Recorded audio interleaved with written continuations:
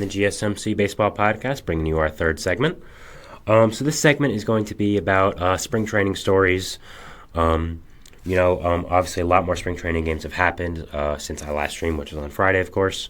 So I'm just going to talk about some notable stuff that happened, some stuff that I thought, was interesting. Let's get straight into it. So the first one we have to talk about is Juan Soto. He hit his first home run with the Yankees. It was an opposite field bomb. Just an incredible shot. I mean, this is Juan Soto. We all know what he does. Him in the pinstripes is not going to be fun to watch as a fan of baseball because most fans of baseball do not like the Yankees. That's just a fact. Juan Soto's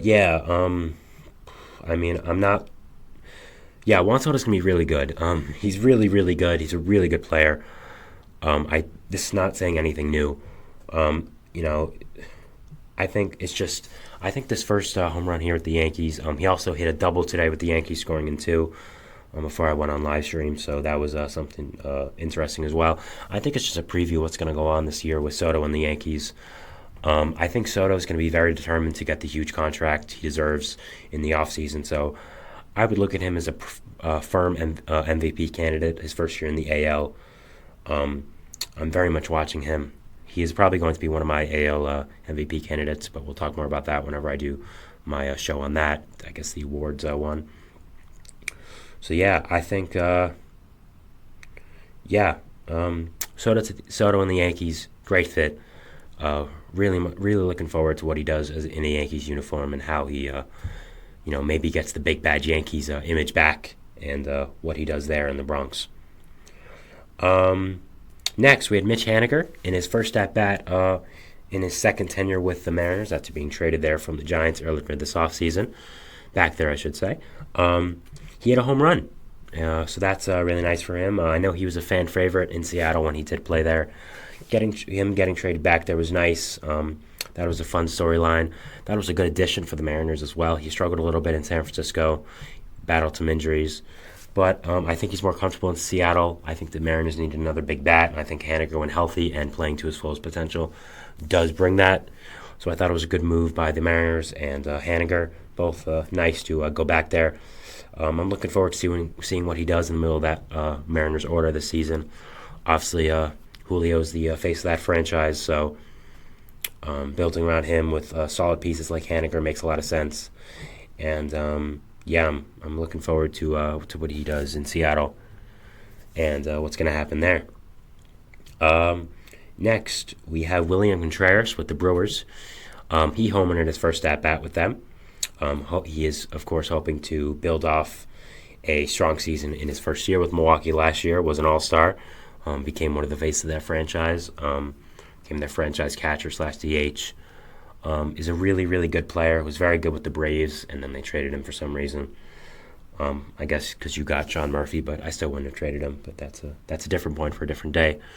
William Contreras obviously looking to build off of his strong season with Milwaukee last season, and I think this home run is a nice start. I'm looking forward to what he does, and how his season progresses, and if he can build off it. James Woods, not the actor James Woods. James Wood, the baseball player, obviously was one of the top prospects in baseball. Is a giant human being. I'm very high on him with the Nationals. I think he's going to be a great, great player for a long time. There's a reason the Nationals got him in the first Juan Soto trade. Can you believe that? Juan Soto's been traded twice in his career, and he's 24, and he's about to be a free agent. Crazy career, but that's a different story. Anyways, James Wood, 2 home runs in 2 games with the Nationals. One of the top prospects in baseball, looking to come up with that young core in D.C. and kind of be a big part of it. Add to that core in DC, something they lacked since the World Series, since that rebuild.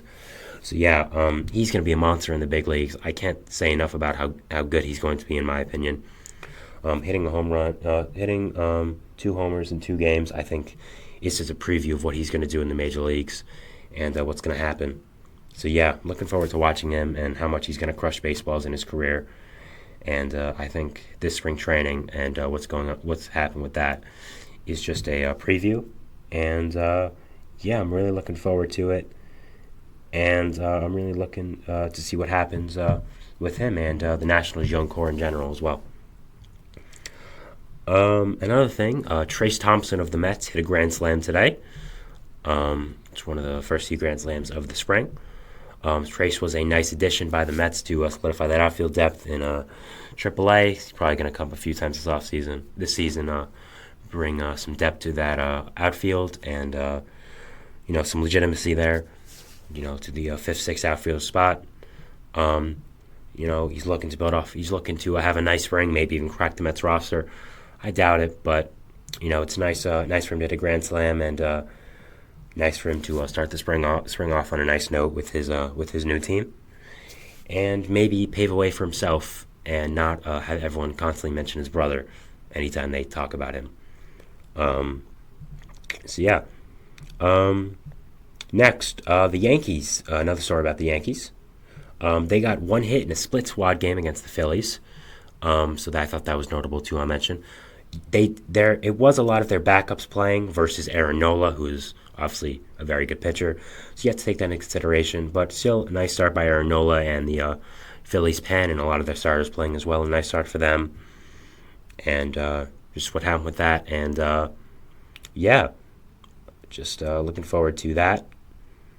And good game by the Phillies, and nice job to one hit the Yankees, even if it was their backups of sort. Now we're going to Saturday. The Yankees, they scored another story about the Yankees. Sorry about that, but there's a lot of stories about the Yankees. They're notable. They scored 22 on the Tigers, which was led by top prospect Spencer Jones hitting a 470-foot home run. If you guys don't know the name Spencer Jones, please learn it. He's an incredible player, an incredible prospect who's going to be up very soon for the Yankees. He's probably the reason they don't have Dylan Cease on the team right now. That's the White Sox very much wanted in the trade talks, but the Yankees didn't give him up because of how good he is. I actually agree with the Yankees. I think he's very, very good, and I wouldn't give him up for Dylan Cease. This guy's a monster. People have compared him to Judge, which is obviously kind of a lot because Judge is such a good player, but he's had a really great start to his career in the minor leagues and with the Yankees spring training as well.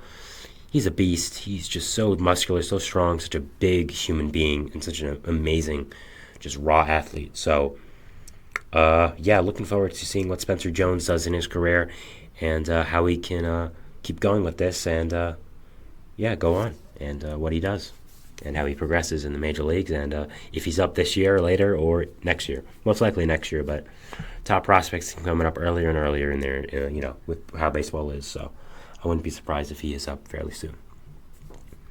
The Phillies and Blue Jays, another story about the Phillies. They had a 14-13 game.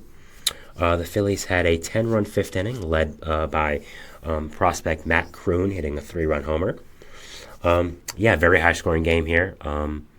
Good for the Phillies and the Blue Jays to get acclimated to spring, start scoring a lot of runs, keeping spring training exciting, and just keep going on with that, and just adding to the storylines here and what's been going on and what's been notable here about spring training and what's going on. So that was something that happened over the weekend that I thought was interesting. Finally, the Dodgers and the Angels, their game finished in a tie, which is useless. Why is there ties? I understand it's spring training, but I don't like ties. Ties for football. Ties for other sports. Don't bring ties to baseball. But you don't see very many ties even in spring training. So I thought it was something notable to talk about, and about that as well. So we're gonna talk about today's games now and what's going on with that. We obviously talked about some things before, but just some notable stuff from today. As I mentioned, Trace Thompson hit a grand slam for the Mets. So that was something. Top prospect as well, Luis Angel Acuna, came over, of course, in the Scherzer trade. He had 2 hits, so trying to build off, trying to rebound after a rough start to the his start in the Mets farm system. The Cubs and Royals are currently in the 4th inning. It is 4-0 Royals to start the game. So I guess Cubs aren't feeling that revitalized team after re-signing Bellinger. 3-2 A's to D-backs in the top of the fourth. There's a no-hitter going on currently in the sixth inning of the Reds-Mariners game. Seattle has one hit and Cincinnati has none. Seattle had to start the game. Luis Castillo throw 2 innings, then Austin Voth and Heath Hembry. So they're looking to throw a nice little spring training no-hitter. We'll update you throughout this to see if it stays here. Brent Suter, the Reds' new addition, is in for the Reds for the first time, so that's nice to see. It's 7-1 Angels currently in the top of the fourth, so that's something to watch here. Nice job of the Angels to blow out the Giants. Hunter Dozier has a 3 RBI game with them, so nice start to his Angels career. Maybe he'll make the roster. Definitely possible. Dodgers Rockies 4-0. Guardians Padres 4-0. Reds Brewers 2-2. Rays blew out the Orioles 8-3 today, so that's something nice if you're a Rays fan. And of course, talked about them before, but the Yankees they beat the Twins. Sorry about that. They beat the Twins 9-2, starting off a strong spring for them with their new additions, like, of course, Juan Soto. Marcus Stroman over the weekend did not pitch very well, but he's still getting acclimated to the Yankees, so I wouldn't worry about him as much. I think there's a lot of emotions with Marcus Stroman. Coming back to play for your hometown team always is a big deal, and I think garners a lot of emotions in people, as it should. It's a big deal, and I think I wouldn't be too worried about Stroman if I was a Yankees fan. I think he'll be fine. And still not a huge fan of the signing, but I wouldn't be too worried about his slow start with the Yankees and what's going on with that. So that is our third segment here. We're going to take a short break, but then we're going to bring you our final segment, which is news around the league. Again, news stories I want to talk about, but didn't think they were entirely notable to be talked about as a full segment. So, we're going to talk about that, and then, but first we're going to go to a break. So, we'll go to that, and thanks. See you after that. Bye.